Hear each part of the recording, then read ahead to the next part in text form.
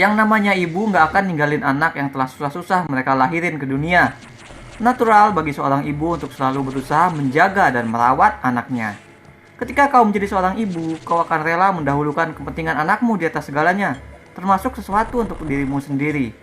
Maka dari itulah, sesekali akan ada masanya bagi seorang ibu merindukan waktu-waktu mereka bisa melakukan hal untuk diri mereka sendiri, merindukan kebebasan dan kesempatan untuk mengejar mimpi sendiri.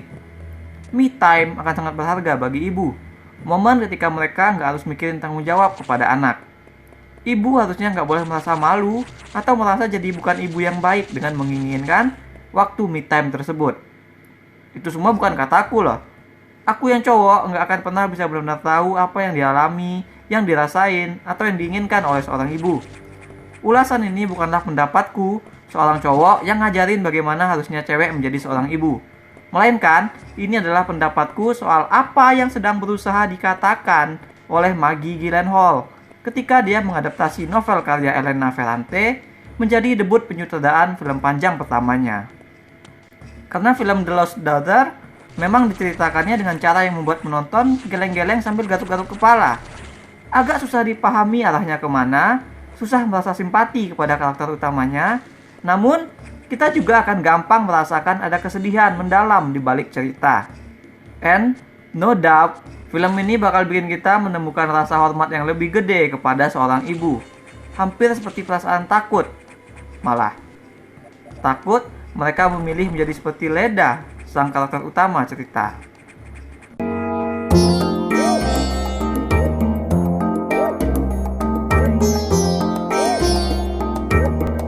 Leda bilang dia punya 2 orang anak, Bianca dan Martha. Usia anak-anaknya itu kini sudah 25 dan 23 tahun. Tapi begitu ditanya lebih lanjut tentang anak-anaknya, Leda nggak bakal jawab lagi. Dia malah bakal seperti breakdown dan lantas pergi meninggalkan penanya kebingungan sendiri di tempat. Nah, sekilas memang profesor literatur itu seperti orang yang ingin diganggu, yang tidak nyaman beramah-tamah menceritakan hal pribadi dengan orang lain. Leda liburan ke pantai Yunani bermaksud untuk menyelesaikan tulisannya sambil rileks. Tapi pantai itu ternyata ramai oleh acara dari keluarga besar yang sepertinya berpengaruh di sana. Konsentrasi Leda lantas hinggap kepada seorang ibu muda bersama anak perempuan kecilnya. Leda terus-terusan menatap mereka, matanya menerawang dan kita akan terflashback ke masa muda Leda merawat 2 orang anak. Leda pun akhirnya menemukan dirinya semakin terinvolve kepada ibu muda dan anak tersebut ketika boneka si anak hilang. Dan ternyata bonekanya itu ada di dalam tas Leda. Kenapa ini? Kenapa? Kasarnya, this is one complicated bitch. Karena Leda ini adalah yang pribadi yang bukan exactly tertutup, karena di momen pribadinya kita akan digambarkan perihal yang ia rasa lewat adegan-adegan flashback masa lalu. Melainkan Leda ini lebih tepatnya ya orang yang ribet tanpa alasan yang jelas. Kita nggak tahu kenapa Leda melakukan apa yang ia lakukan. Namun itu bukan karena dianya yang enjoy at being difficult atau dia suka kasar sama orang, nggak sensitif sama orang. Tapi karena bahkan dirinya sendiri nggak tahu kenapa dia melakukan hal tersebut. Mencuri boneka anak kecil misalnya. Lena tidak dapat menjelaskan kenapa dia melakukan itu. Arahan Maggie membuat hampir seperti Leda meminta tolong kita malah untuk menjelaskan apa yang salah daripadanya. Karena memang ada sebagian diri Leda yang katakanlah begitu egois. In that sense, kita bisa bilang Leda ini adalah protagonis sekaligus antagonis di dalam ceritanya sendiri. Inilah yang membuat kita akhirnya betah duduk mengawali journey karakternya selama 2 jam. Tabah menahan karakternya yang penuh celah, bahkan sebagai narator saja dia agak susah dipercaya. Deep inside, kita connect kepada Leda sebagai manusia yang tak sempurna. Ini juga jadi bukti betapa luar biasanya acting Olivia Colman yang jadi Leda di kurun sekarang. Leda yang sudah 48 tahun dan memikul begitu banyak beban dan penyesalan meskipun dia percaya dia berhak melakukan pilihan yang ia lakukan di masa muda. Colman menyambung karakter yang awalnya dihidupkan dengan tak kalah meyakinkan dan penuh konflik oleh Jessie Buckley yang jadi Leda muda. Ultimately tentu saja ini jadi bukti bahwa ibu sutradara punya mata yang personal menggambarkan kecamuk perasaan dan emosi seorang perempuan yang menempuh motherhood. Maggie Gyllenhaal tidak pernah bercerita dengan statement. Dia tidak menggambarkan perasaan itu dengan utuh. tidak pernah memberikan jawaban atas misteri karakter. Karena itu akan membuat ceritanya ini akan menjadi seperti ngejudge perbuatan Leda. Film nggak ingin ngejudge. Maggie hanya memperlihatkan kepada kita betapa mengukung dan bikin capeknya tanggung jawab menjadi seorang ibu. Kalian tahu potret ibu dalam keluarga utuh yang sempurna, yang ibu itu bagai matahari, cintanya tak terhingga sepanjang masa, hanya memberi tak harap kembali. The Lost Daughter ini bilang itu adalah kondisi yang terlalu ideal, yang mustahil tercapai, karena seorang ibu ya juga seorang manusia. Jadi film ini hadir sebagai antitesis dari ibu sempurna tersebut. Antitesis yang menyebut bahwa meskipun ibu tidak mungkin sempurna, tapi seorang ibu punya banyak pilihan untuk menjadi ibu yang baik. Dan Leda, kita akan melihat akhirnya memilih menjadi ibu tak sempurna atau ibu yang benar-benar manusiawi. Jujur, selama ini aku memang kesal sama cerita yang tokoh ibunya merasa pantas diri mereka tuh mendapat me time atau bahkan lebih daripada itu. Kayak ibu yang merasa berhak untuk ninggalin anak mereka karena sebagai manusia mereka juga punya mimpi yang harus dikejar. Kehadiran anak biasanya diceritakan sebagai produk dari kecelakaan atau dari tidak suka sama suka, dan anak itu dianggap sebagai penghambat dari mimpi mereka.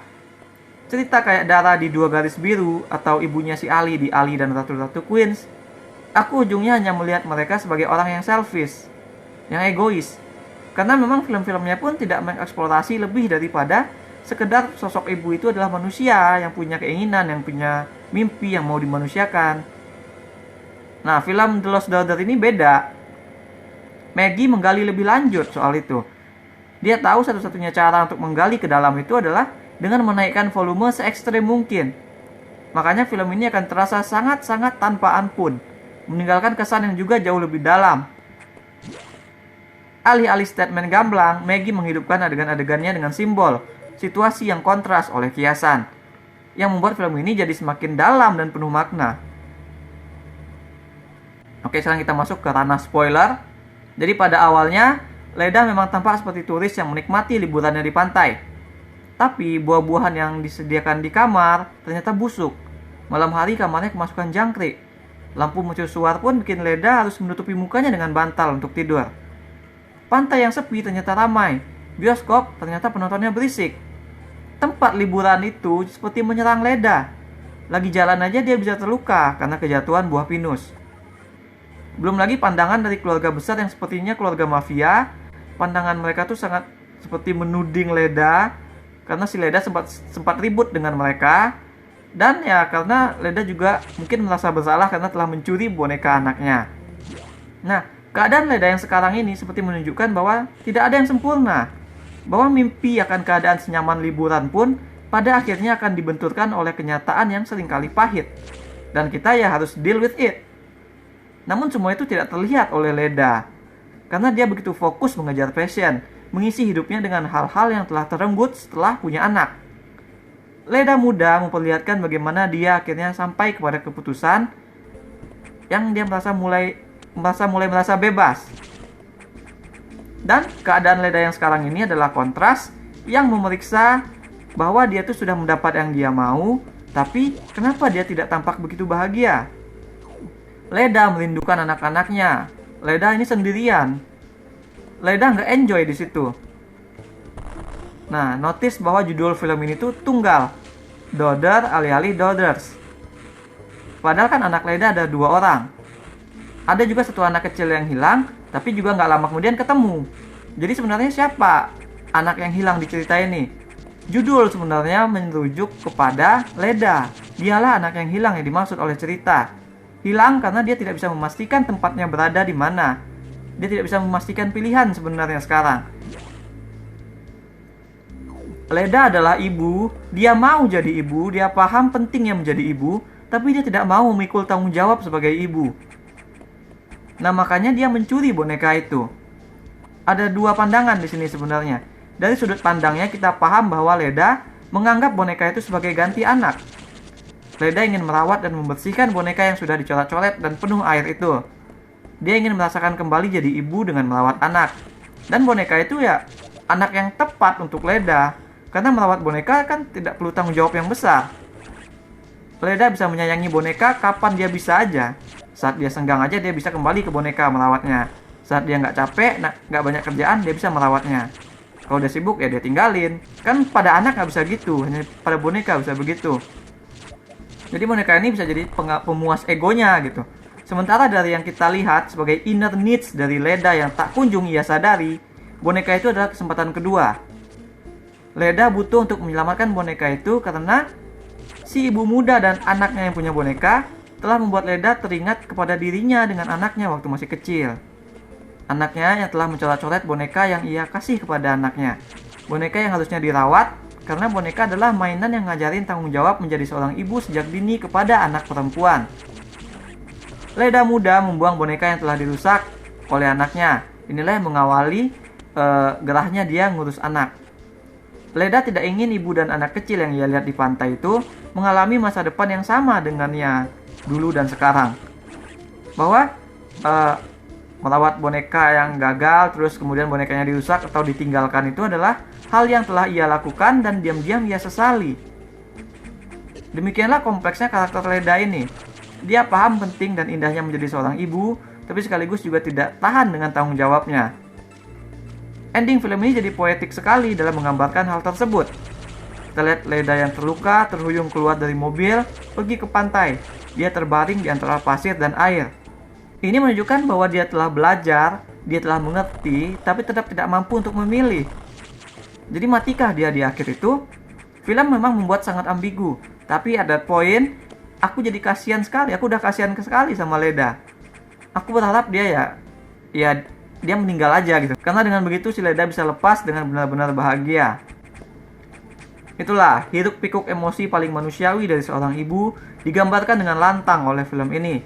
Bahasannya mengkonfrontasi pemikiran, tapi tidak pernah diniatkan sebagai sesuatu yang judgmental.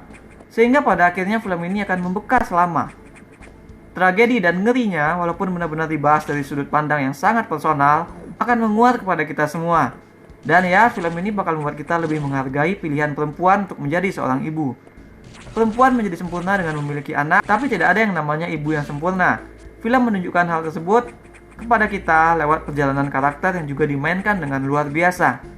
Aku berikan 8,5 dari 10 bintang emas untuk The Lost Daughter.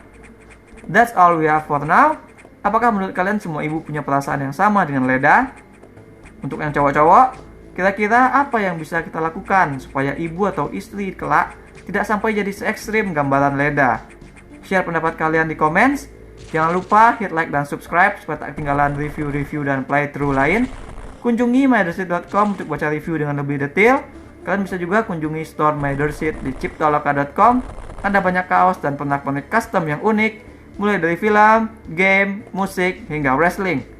Thanks for watching. Remember in life, there are winners and there are losers.